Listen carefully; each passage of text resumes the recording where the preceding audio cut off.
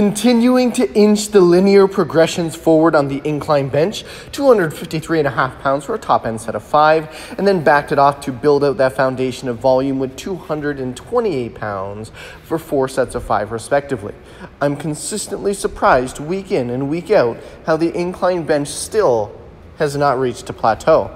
It's incredible how employing those fractional plates and just bringing little tiny progressions to the table will allow you to apply adequate stress with which you can adapt from or adapt to and get stronger, yet it's not so great of a stress that it leads to inevitable plateaus where you miss reps.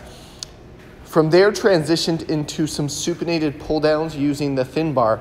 It's fun to switch back to this bar after using the thick bar, as it's quite evident that my crushing power relative to grip strength has developed significantly. As soon as these were done, I went into a nasty superset. I don't often mix supersets into my training. I'm just not a huge fan, but they are effective. Clustering those reps together and getting that volume and blood flow in is usually quite progressive. So this is relative to the traps. We got kneeling dumbbell shrugs. Very much eliminates some momentum you might get standing. High reps, as you can see, 25 reps per set. And then from there, I actually went into a seated dumbbell, and you'll see quote unquote power clean. Basically, it's like, it looks kind of like the scarecrow rotator cuff exercise, just with quite a bit more body English through the expression of each repetition.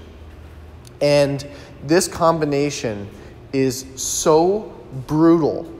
By the end of set 1, my traps were absolutely trashed.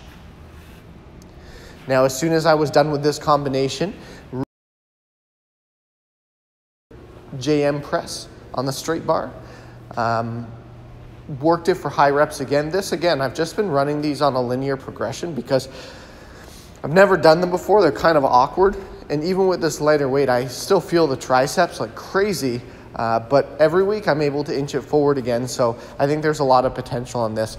I realize my variation is a little bit different now, having watched more videos on it. It's been brought to light that this is not necessarily a traditional JM press, although I am struggling to find what actually is, because there are so many variations available online. But regardless, this one I definitely feel in the triceps. And I love executing it this way. So I'll probably maintain this form and just maybe name the proper variation as it should be named and change the name of this because whatever the heck it is effective. Then finish off with some single arm tricep press down work.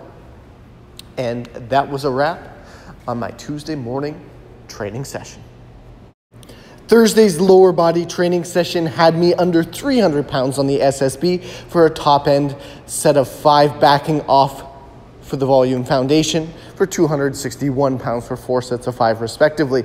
Then I was able to do some unilateral work incorporating these split squats with the new split squat stand that I purchased. And let me tell you, although it was a little awkward to set up at first, doing split squats with the roller stand is way more manageable than trying to put your foot on a box, either on the top of the foot or on the ball of the foot. Both are incredibly awkward. I tend to lose my balance or I get a cramp in my foot.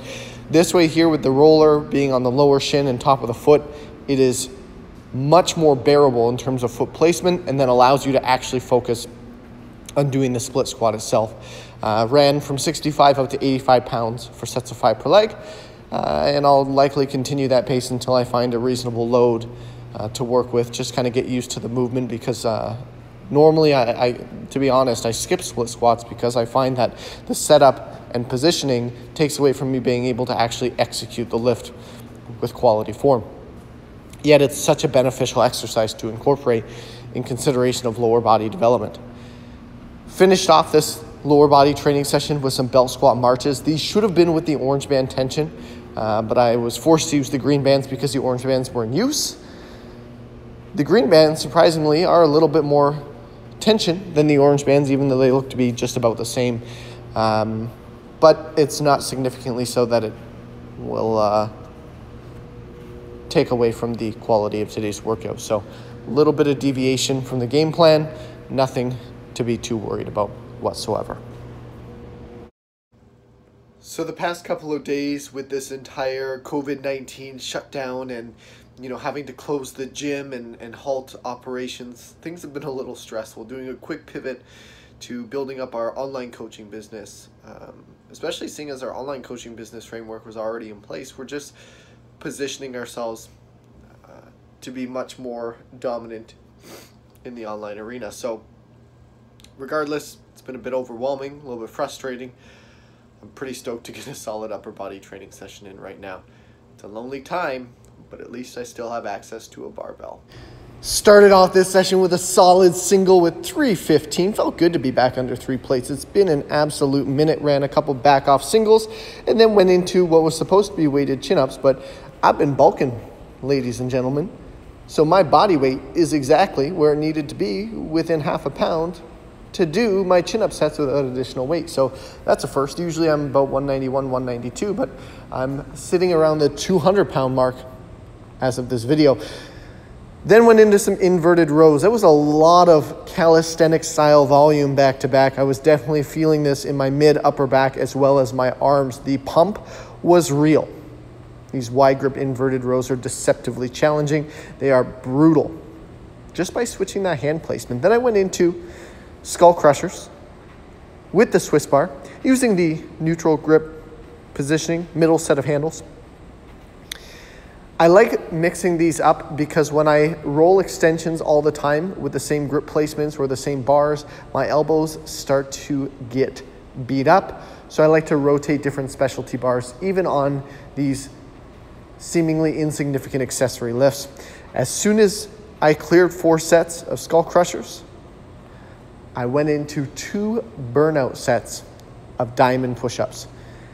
20-second rounds, as many reps as I possibly can in those 20 seconds. And I can tell you that my sleeves felt like they were about to split by the end of this training session. Definitely put me in a much better mood considering the current circumstance. It's amazing what iron therapy can do for you. Started off Sunday morning working on that base foundation of volume on the barbell squat, 271.5 pounds for 6 sets of 7 reps. That's 42 consecutive reps. I feel something like a bodybuilder, much more than I normally might feel. The pump was definitely present in the legs, and then transitioned over to the deficit deadlift. We've got a 1-inch deficit rolling here, 365 for 3 sets of 5 repetitions. Holy hamstrings, Batman.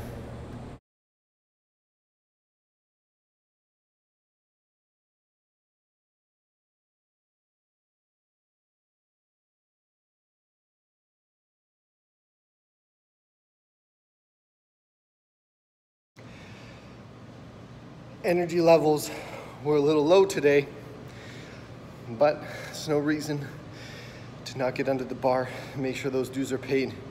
There's got to be some degree of normalcy in your life, some structure, some routine, or you'll go crazy.